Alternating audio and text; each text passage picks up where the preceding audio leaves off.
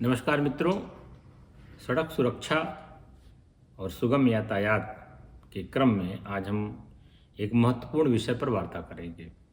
यह विषय पिछले कुछ दिनों से लगातार चर्चा में है। कभी सरकार ने गाड़ियों की आयु सीमित कर दी, बता दिया कि 20 साल पुरानी गाड़ियां नहीं चलेंगी, 15 साल पुरानी गाड़ियां नहीं चलेंगी, लोग हाई कोर्ट चले गए। फिर कभी सरकार ने कहा कि ज़्यादा प्रदूषण फैलाने वाली गाड़ियां नहीं चलेंगी, लोग कोर्ट चले गए। कोर्ट ने एक टिप्पणी कर दी कि गाड़ियों की जो फिटनेस होती है वो उनके एज पर ना डिपेंड करके उनके रन पे डिपेंड करेगी कितनी चली हैं। इसी बीच में सरकार ने फिटनेस की दर बढ़ा दी, जो फिटनेस की शुल्क लगता है उसमें कई गुना वृद्धि कर दी।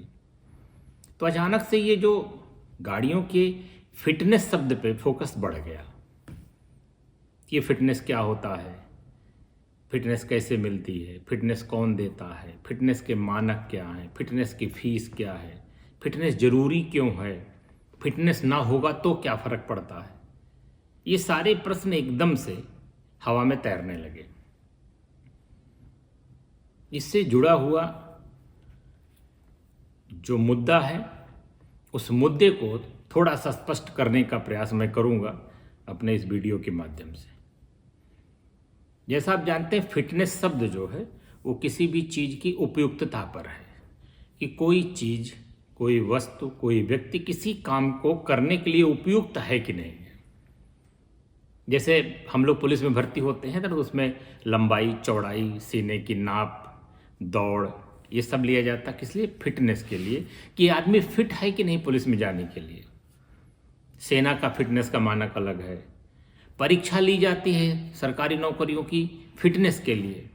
प्राइवेट सेक्टर में इंटरव्यू लिए जाते हैं फिटनेस देखने के लिए कि यह आदमी फिट है कि नहीं। उसी प्रकार से गाड़ी की फिटनेस भी देखी जाती है कि यह गाड़ी फिट है कि नहीं। अब गाड़ी फिट होने का क्या मतलब होता है? 4 पहिए पे गाड़ी है, डीजल है, मारा सेल्फ चल दी, पहुंच गई, तो दिक्कत क्या है? दिक्कत 2 विषय में होती है। ये मैं प्रश्न का उत्तर आपको दूंगा कि फिटनेस जरूरी क्यों है। धारा 56 MB एक्ट कहती है कि कोई भी गाड़ी जो पंजीकरण के लिए आई है, अगर वह फिट नहीं है तो उस गाड़ी का पंजीकरण नहीं होगा, या पुराना पंजीकरण है तो उसका रिन्यूअल नहीं किया जाएगा। अब फिटनेस में प्रश्न उठेगा कि किस बात के लिए फिट होनी चाहिए।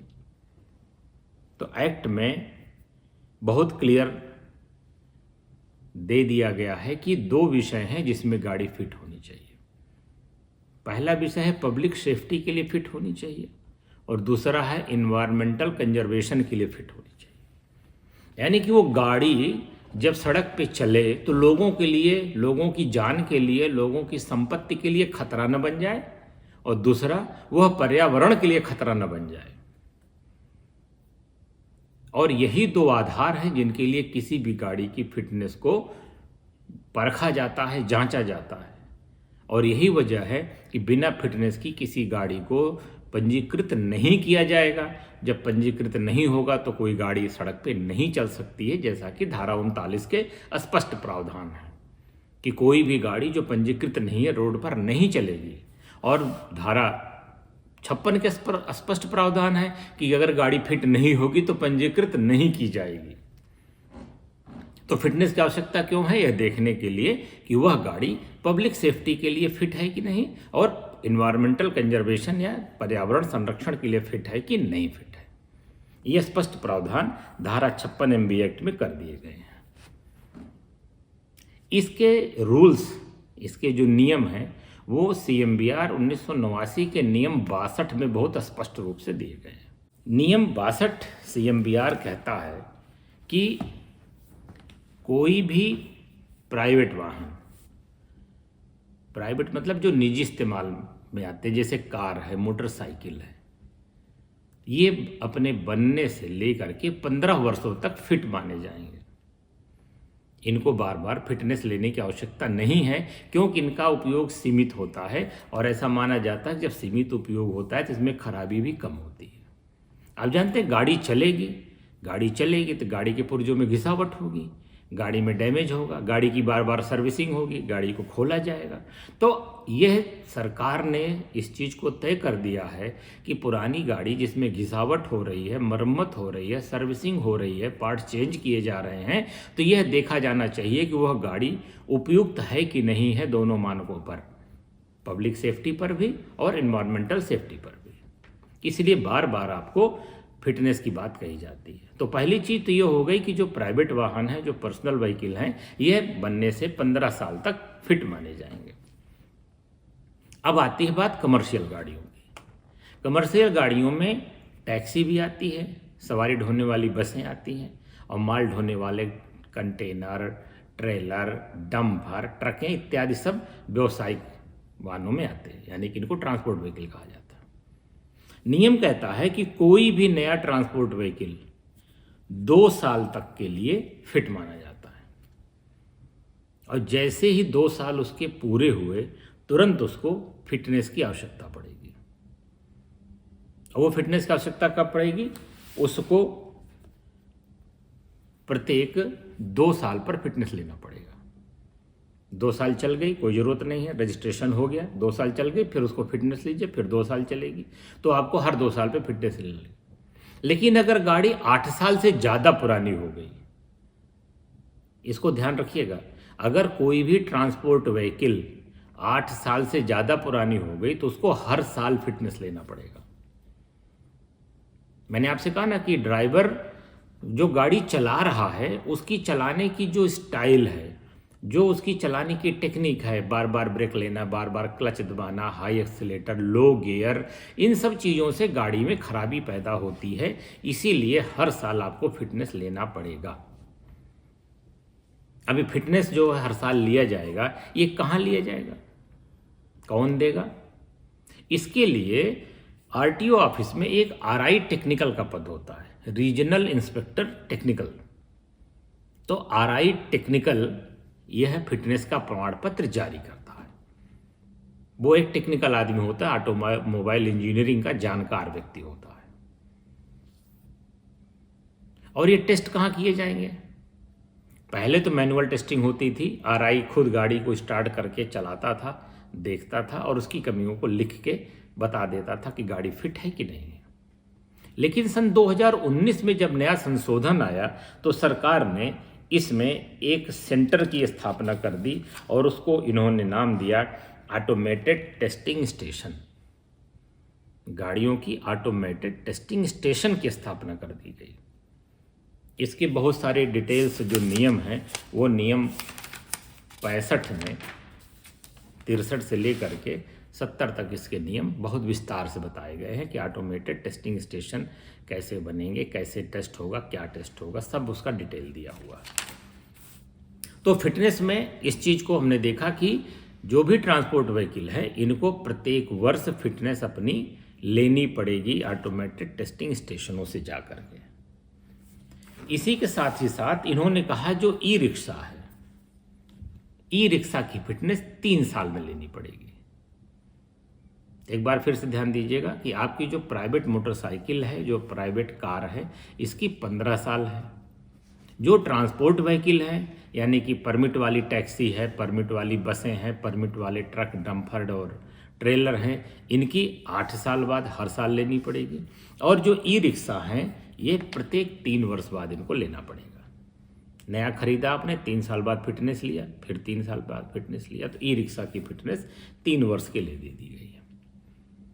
और प्रदेश में प्राइवेट सेक्टर में यह रोजगार को बढ़ावा देने के लिए भी यह काम सरकार ने उठाया है कि उन्होंने ऑथराइज्ड टेस्टिंग स्टेशन की स्थापना कराई, जहां पर कि गाड़ियों की टेस्टिंग की जाएगी। अब गाड़ियों की टेस्टिंग में टेस्ट क्या किया जाएगा कि केवल सेल्फ मार के ब्रेक लगा के देख लिया गाड़ी फिट है, फिट ना। उसके लिए देखिए, मैं आपको एक एक विषय बताऊंगा जो नियम 62 में बहुत स्पष्ट रूप से वर्णित है। नियम 62 कहता है कि ऑटोमेटेड टेस्टिंग स्टेशन पर किसी भी गाड़ी में ये सारी चीज़ें चेक की जाएंगी। कौन कौन सी? स्पार्क प्लग, सब pressure cap, high tension cable, hand lamp के बीम्स, अन्य जो लाइट के बल्ब लगाए गए हैं वो बल्ब, सारे रिफ्लेक्टर्स, सारे बल्ब जो हेडलैम्प से लेके बैक और टेल और साइड और बॉडी और अपर लिमिट सारे बल्ब, जितने उसमें मिरर लगे हुए हैं, रियर व्यू है, बैक व्यू है, या ऊपर से इंटरनल व्यू का मिरर लगे हैं, सारे मिरर, जो गाड़ी में शील्ड लगी हुई शीशा फ्रंट वाला, ऐसा तो नहीं कि कंकड़ लगा हो और क्रैक हो और लोग उसी पे चला रहे हों, तो फ्रंट का विंड, हॉर्न चेक किया जाएगा कि हॉर्न ऐसा तो नहीं कि मानक से ज़्यादा चल रहा हो, हॉर्न ऐसा तो नहीं कि मल्टी टोन बजा रहे हों, या जो लिमिटेड डेसिबल मीटर है उससे ज़्यादा हॉर्न यूज़ कर रहे हों, हॉर्न चेक किए जाएंगे। गाड़ी का साइलेंसर चेक किया जाएगा, पूरा एग्जॉस्ट सिस्टम, इस पे हमने आपसे बहुत विस्तार से बात की थी, पूरा साइलेंसर चेक किया जाएगा। ऐसा तो नहीं कि ये मानक से ज़्यादा कार्बन पार्टिकल का उत्सर्जन कर रहा हो, कार्बन कलेक्टर बॉक्स इसमें लगा है कि नहीं लगा है, काम कर रहा कि नहीं कर रहा। हॉर्न, साइलेंसर, डैशबोर्ड के सारे मीटर चेक किए जाएंगे। आप जानते हैं ना, डैशबोर्ड पे ढेर सारे मीटर्स लगे होते हैं, जो स्पीडोमीटर, टेम्परेचर का मीटर, फ्यूल का मीटर, सारे मीटर्स बताते हैं। और इलेक्ट्रॉनिक गाड़ियों में तमाम पॉइंट्स बने होते हैं जो सिग्नल देते रहते हैं, गाड़ी में कोई खराबी तो नहीं हो रही, सारे चेक किए जाएंगे। एग्जॉस्ट और इमिशन मैंने आप कहा पूरा चेक किया जाएगा। ब्रेकिंग सिस्टम को पूरा चेक किया जाएगा, ब्रेकिंग सिस्टम काम कर रहा है कि नहीं कर रहा है, अगर एबीएस लगा है तो एबीएस काम कर रहा है कि नहीं कर रहा है, ब्रेक शू तो नहीं खराब हो गए हैं, ब्रेक ड्रम तो नहीं फेल कर गया है, ये सारी चीज़ें चेक की जाएंगी। गाड़ी का स्पीडोमीटर चेक किया जाएगा, गाड़ी की स्टीयरिंग गियर चेक किए जाएंगे। N2, N3, N4 और T4 कैटेगरी के वाहनों में रियर अंडर रन का संरक्षक जो है, जो स्पीड गवर्नर है, वो चेक किया जाएगा। N2, N3 और T3, T4 सीरीज की गाड़ियों के जो साइड पैनल्स लगे हुए हैं गाड़ी के सुरक्षा के लिए, वो चेक किए जाएंगे।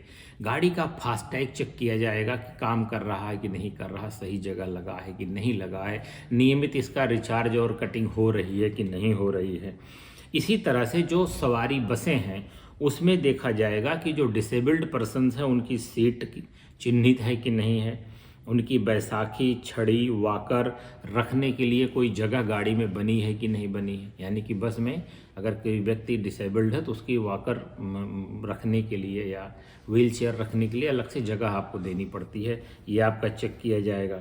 साथ ही साथ जो छत है, छत में पोल लगे हैं कि नहीं, ताकि छत बैठ न जाए, लोगों को हाथ पकड़ने के लिए उसमें हैंड ग्रिप बना है कि नहीं बना है।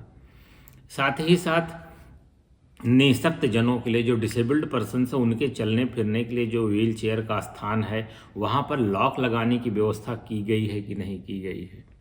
और ई रिक्शा के मामले में इसकी अधिकतम स्पीड जो तय की गई है कि 20 किलोमीटर प्रति घंटे की रफ्तार से तेज नहीं चल सकता है, वो चेक किया है। ऐसा तो ना हो किसी ने गवर्नर बढ़वा दिया हो। साथ ही साथ उसके रिफ्लेक्टर, तो इतनी चीज़ें गाड़ी की जब चेक हो जाएंगी, और इन सारे चीज़ों में चेक होने के बाद एमबी एक्ट के अध्याय 7 में वर्णित सारे मानक अगर पूरे होंगे तो गाड़ी को फिट घोषित किया जाएगा। अब आपको ऐसा लग रहा होगा ना, मैंने जब पढ़ के सुनाया कि तो घंटों महीनों का काम है गाड़ी में चेक होना, लेकिन इसीलिए मैंने आपसे कहा कि जो ऑटोमेटेड टेस्टिंग स्टेशन लगे हैं ये 15 मिनट में पूरी चेकिंग करके बता देते हैं। क्योंकि इलेक्ट्रॉनिक गाड़ियां हैं, कंप्यूटराइज्ड गाड़ियां बढ़ गई हैं, तो ये फटाफट चीज़ों को देख के चेक कर लेते हैं। और ऑटोमेटिक टेस्टिंग स्टेशनों पर पर्याप्त मात्रा में टेक्निकल स्टाफ रहता है जो इस सारे काम को बहुत तेज़ी से पूरा कर देता है। तो इतनी सारी जब चीज़ें चेक होती हैं तब किसी गाड़ी का फिटनेस प्रमाण पत्र जारी होता है। अब आप कहेंगे कि फिटनेस प्रमाण पत्र के लिए कौन लाइन लगाएगा, पीछे बहुत भ्रष्टाचार भी होता था। तमाम ऐसी गाड़ियां जो अनफिट थी उनको दे दिया गया। आपने देखा होगा बहुत सारे एक्सीडेंट भी होते हैं, या राह चलते आप देखते हैं गाड़ियों का व्हील अलाइनमेंट तिरछा है, गाड़ी की बॉडी कहीं जा रही, पहिए कहीं जा रहे हैं, गाड़ी में कुछ टूटा फूटा है, ये सब चल रहा है। तो आखिर इसको मैनेज कैसे किया जाएगा? सरकार ने इसको ऑनलाइन व्यवस्था कर दी है कि फिटनेस को आप ऑनलाइन भी ले सकते हैं। अब ऑनलाइन लेने के लिए क्या करना होगा? ऑनलाइन लेने के लिए ये होगा कि आपको पोर्टल पर जाकर अपने लोकल ARTO के पोर्टल पर जाके आपको ऑनलाइन अप्लाई करना होगा, जिसमें आप अपनी गाड़ी के बारे में सारे डॉक्यूमेंट्स अपलोड कर देंगे। फिर वहाँ से आपको एक दिन टेस्ट के लिए तारीख दी जाएगी, ताकि आपको प्रतीक्षा न करना पड़े। आप अपने स्लॉट में गाड़ी ले करके ऑटोमेटिक टेस्टिंग स्टेशन पर जाकर गाड़ी स्टेशन पे खड़ी कर दीजिए। वहाँ के इंजीनियर्स गाड़ी को चेक कर लेंगे और एक MB एक्ट में फॉर्म है 38A। फॉर्म 38A को भर के जो भी वहाँ पर इंजीनियर्स होंगे डिफरेंट ब्रांचेस के, वो अपना साइन करके इसको अपलोड कर देंगे ऑनलाइन। जब ऑनलाइन अपलोड कर देंगे तो वो टेस्ट रिपोर्ट RI टेक्निकल के पास आ जाएगी। RI टेक्निकल उसके सारे मानकों को देखेंगे और अगर उन्होंने पाया कि गाड़ी मानकों के अनुसार चलने के लिए सेफ है, फिट है, पब्लिक सेफ्टी और इन्वायरमेंट सेफ्टी दोनों के लिए फिट है, तो वो अपने हस्ताक्षर से फिटनेस प्रमाण पत्र को जारी करके ऑनलाइन अपलोड कर देंगे, जिसको कि आप अपने मोबाइल नंबर से, जो रजिस्टर्ड मोबाइल नंबर है, उसकी OTP के सहारे आप उसको डाउनलोड करके रख सकते हैं। ये ऑनलाइन व्यवस्था आपको मैंने बताया था कि जब सरकार ने फेसलेस सर्विसेज स्कीम लागू की थी, जिसमें 45 सेवाएं आपको फेसलेस की गई थी, तो उसमें फिटनेस सर्टिफिकेट भी फेसलेस में ही आता है।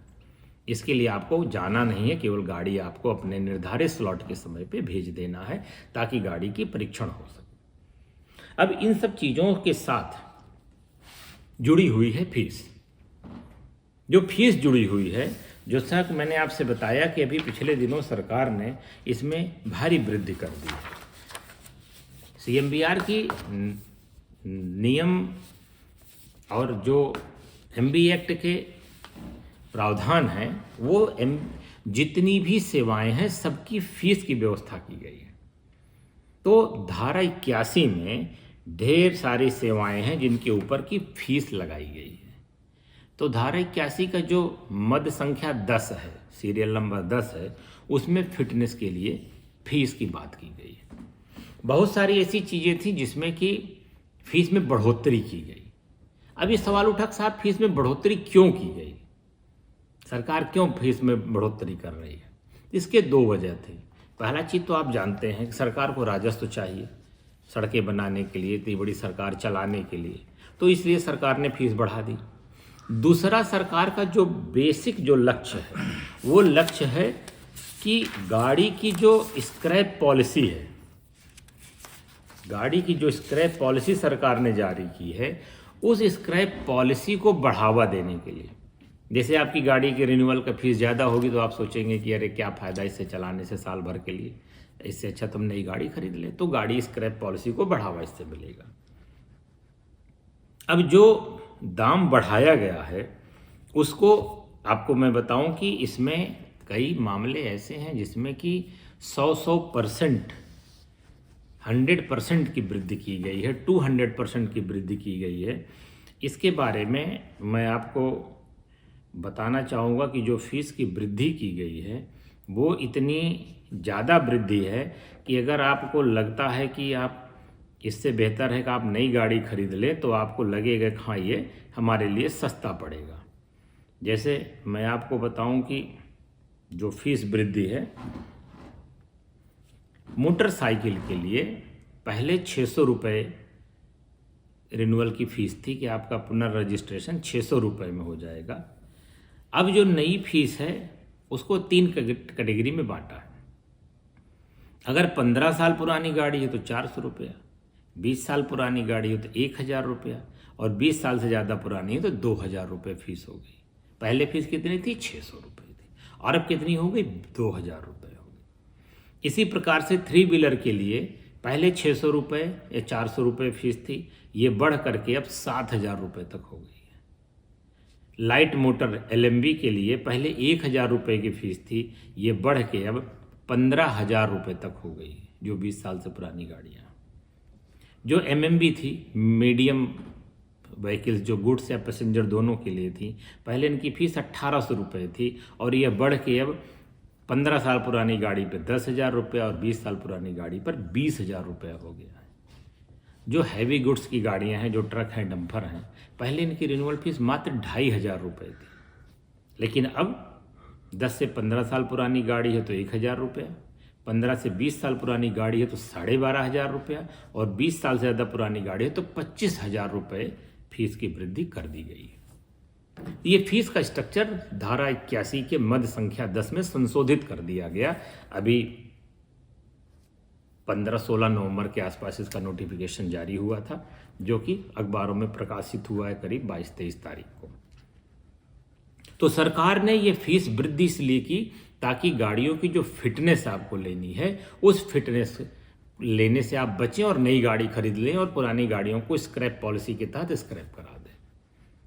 अब इसी से जुड़ा हुआ जो अगला विषय है वो विषय है गाड़ियों की आयु का निर्धारण करना।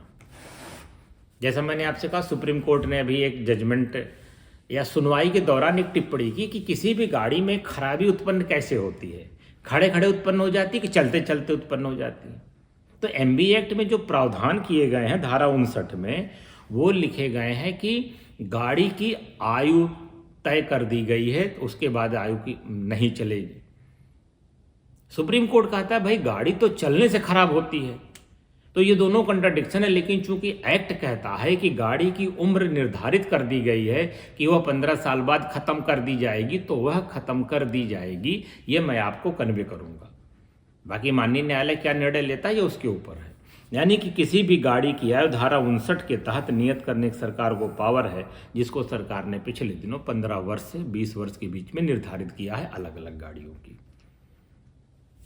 और धारा 59 में 2-3 चीजें बड़ी महत्वपूर्ण हैं। एक, उन्होंने कहा कि धारा 3 में उन्होंने कहा कि कोई भी fitness centre, automated testing centre हो या किसी भी आरटीओ का आरआई टेक्निकल हो, वह जिस गाड़ी की आयु पूरी हो गई है उसका फिटनेस लेटर जारी नहीं करेंगे। बहुत स्पष्ट कह दिया है कि ऐसी गाड़ी की फिटनेस जारी नहीं हो सकती है जो गाड़ी अपनी आयु पूरी कर ली है। यानी कि इसमें निहित है कि गाड़ी की चाहे जितनी अच्छी हो, कंडीशन चाहे जितनी बढ़िया हो, लेकिन अगर उसने अपनी आयु पूरी कर ली है तो उस गाड़ी की फिटनेस जारी नहीं होगी। जब गाड़ी की फिटनेस जारी नहीं होगी तो गाड़ी का रिन्यूअल 39 में नहीं होगा, तो वो गाड़ी एक तरह से कंडम हो जाएगी। और इसी धारा 59 के उपधारा 4 में सरकार ने कहा था कि आप स्क्रैप पॉलिसी बनाएंगे, जो सरकार ने 2023 में जारी कर दिया। स्क्रैप पॉलिसी जारी हो गई है। तो धारा 59 एक और जहां गाड़ियों की आयु के मामले में सख्त हो चुका है, वहीं पर हाई कोर्ट के रिट से ये सवाल भी खड़ा हुआ है कि गाड़ी की फिटनेस के लिए उसका उम्र पूरी करना जरूरी है कि गाड़ी चलता हुआ पूरी है।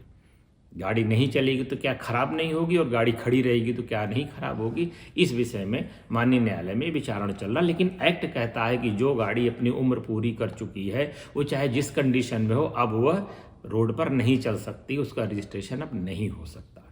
धारा 62 में सीएमबीआर की नियम 62 में जो प्रावधान है, वो प्रावधान ये कहते हैं कि गाड़ी की फिटनेस आवश्यकता पड़ेगी किस लिए?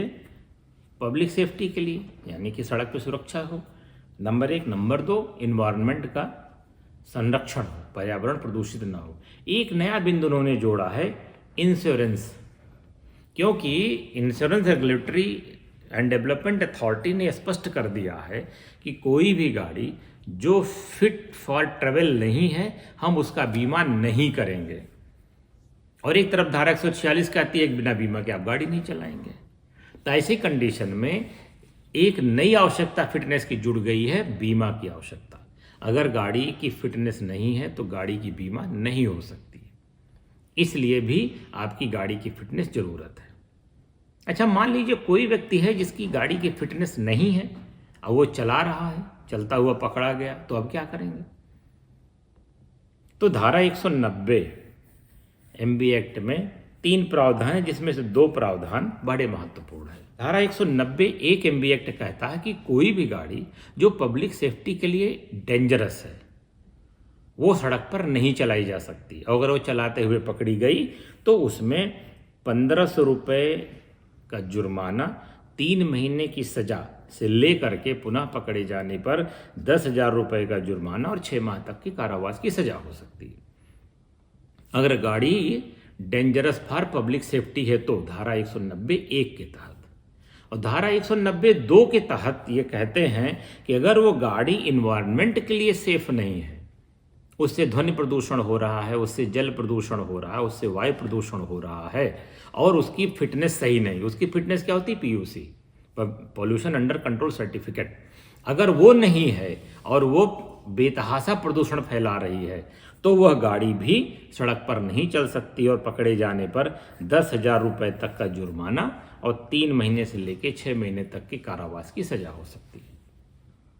मित्रों, अभी आपने देखा है कि पर्यावरण के प्रदूषण की वो दशा है कि दिल्ली जैसे शहर में लोगों का जीना दूभर हो गया है, क्योंकि हवा है, हवा तो सब जगह है, घर में भी है, बंद कमरे में भी हवा है, आप अपने घर में भी रह के नहीं जी पाएंगे। सड़क पे चलना, कार्यालय जाना, विद्यालय जाना, वर्क फ्रॉम होम करना, इन सब चीज़ों से कोई फायदा नहीं हो रहा। इतना पोल्यूशन बढ़ चुका है। और सबसे बड़ी बात है कि अभी उत्तर प्रदेश सरकार के 2 माननीय विधायकों ने इस बात पे भी सवाल उठाया है कि जो उत्तर प्रदेश का क्षेत्र NCR में आता, वहाँ भी पोल्यूशन बेतहासा बढ़ता जा रहा है और वहाँ पर हमें गाड़ियों की फिटनेस पर विशेष ध्यान देने की आवश्यकता है ताकि गाड़ियों से प्रदूषण न फैले। अभी आपने पिछले दिनों 1-2 दुर्घटनाएं देखी हुई जिसमें गाड़ियों की फिटनेस एक्सपायर कर गई थी, सवारियां ढोते हुए पलट गए और लोगों को उसमें मृत्यु हुई। तो गाड़ियों के फिटनेस का मुद्दा एकदम पब्लिक सेफ्टी से जुड़ा हुआ है, एकदम इन्वायरमेंटल कंजर्वेशन से जुड़ा हुआ है, एकदम इंश्योरेंस से जुड़ा हुआ है। इसलिए ये मुद्दा बहुत ही महत्वपूर्ण है और हमें इस चीज़ को ध्यान रखना चाहिए कि प्राइवेट गाड़ी को ध्यान में रखते हुए जो ट्रांसपोर्ट व्हीकल्स हैं उनकी फिटनेस को हम हमेशा सही रखें, ताकि यदि मान लीजिए कोई दुर्घटना न भी हो तो लीगल एस्पेक्ट में आपका चालान न हो और आप इसमें फंस न जाए। तो मित्रों, धारा 56 MB एक्ट के साथ साथ सपठित धारा 62 नियम 62 CMVR के प्रावधानों को मैंने आपके समक्ष प्रस्तुत किया। साथ ही साथ इसके दंड के प्रावधान भी मैंने आपको बताए। मुझे आशा है कि आपको गाड़ियों की फिटनेस का महत्व समझ में आ गया होगा और साथ ही साथ ये फिटनेस को प्राप्त कैसे किया जाए, इसकी ऑनलाइन व्यवस्था, ऑफलाइन व्यवस्था दोनों आपके समक्ष मैंने प्रस्तुत किया है। प्रत्येक जनपद में ऑटोमेटेड टेस्टिंग स्टेशन बनाए गए हैं जहां पर जाके गाड़ियों को आप टेस्टिंग करा सकते हैं और ऑनलाइन अपना फिटनेस प्रमाण पत्र ले सकते हैं। तो अपने साथ साथ अपनी गाड़ी को भी फिट रहिए, अपना मेडिकल चेकअप कराते रहिए और गाड़ियों को ऑटोमेटेड टेस्टेड स्टेशनों पर चेकिंग कराते रहिए ताकि हम सड़क सुरक्षा जीवन रक्षा के अपने अभियान को सफल बना सकें। बहुत बहुत धन्यवाद।